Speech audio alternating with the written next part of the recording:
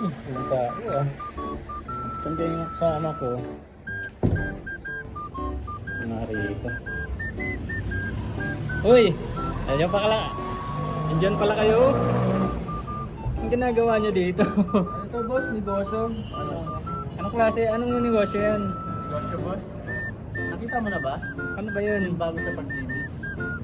Oh, ito. Pwede ka na mag-apply ng calamity loan. Te-press mo lang siya. May negosyo ka na. Ayos yan, ikaw naman boss. Ano ba yun?